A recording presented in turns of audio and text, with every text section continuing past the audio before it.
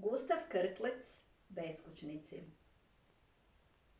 Ova knjiga, u čijem impresumu stoji naklada Stjepan Kugli, Zagreb, 1921. privukla me osobitom naslovnicom Poevskog ugođaja. Na unutarnjim je stranicama i podnaslov Roman izgubljenog naraštaja.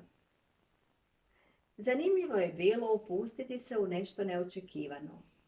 Roman iz pera zaprisegnutog praktičara poezije Gustava Krkleca. I pitanje, što ga je navelo na pisanje romana?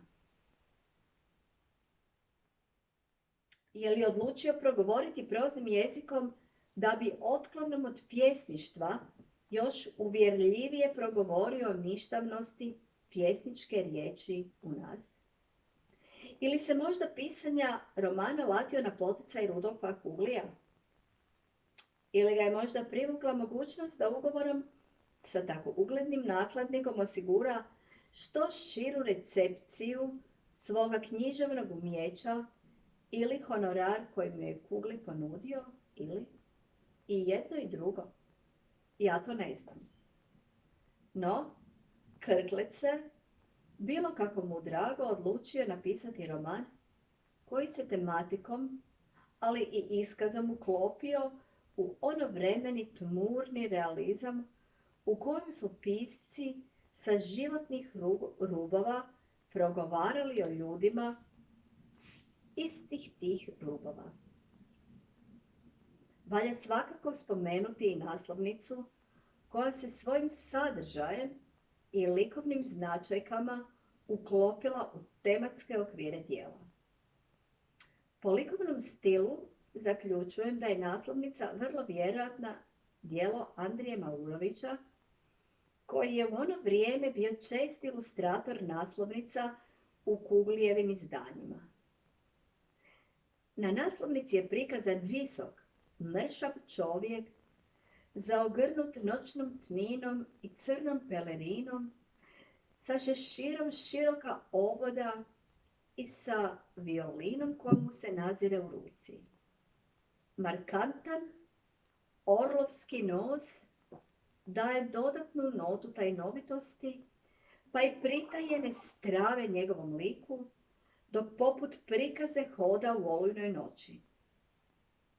Je li to jedan od beskućnika ili je tek slika koja nas svojim tonom uvodi u sadržaj romana? U Beskućnicima Krklec je prema modi ondašnjeg vremena rabio ekavicu, što je, priznajem, isprva izazvalo moje čuđenje, a onda sam se sjetila da su u to vrijeme ekavicom pisali i neki drugi hrvatski pisci, vjerojatno u težnji da pokažu privrženost nekom idealiziranom južnoslavenskom jedinstvu.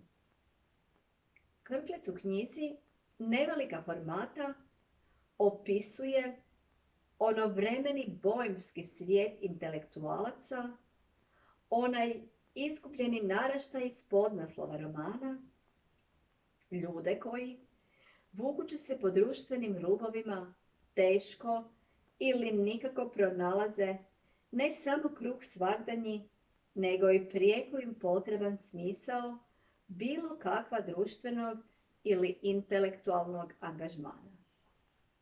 Nasuprot njima, sve se više uzdiže novi stalež bogataša o kojem Krklec zapisuje sljedeće rečenice. Inteligenciju duha zamijenila je inteligencija zarađivanja novaca, a Zagreb postaje centar kulturnih zlikovaca, tipova posljednje vrste i sve sile nekih malenih, prevrtljivih ignoranata. Novi naraštaj uspješnih mahom su ljudi sumnjiva značaja i još sumnjivije naobrazbe.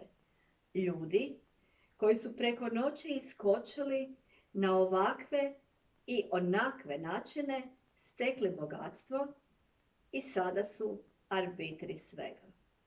U politici, u društvu, u ponašanju, pa čak i u kulturi. Iza čitanja Krklecove proze ostao mi je gorak okus u ustima i nametnulo mi se pitanje, je li se uopće u proteklih 100 godina nešto promijenilo u nama i oko nas? I jesmo li se kao ljudi i kao društvo približili inteligenciji duha ili se dodatno udaljili od nje?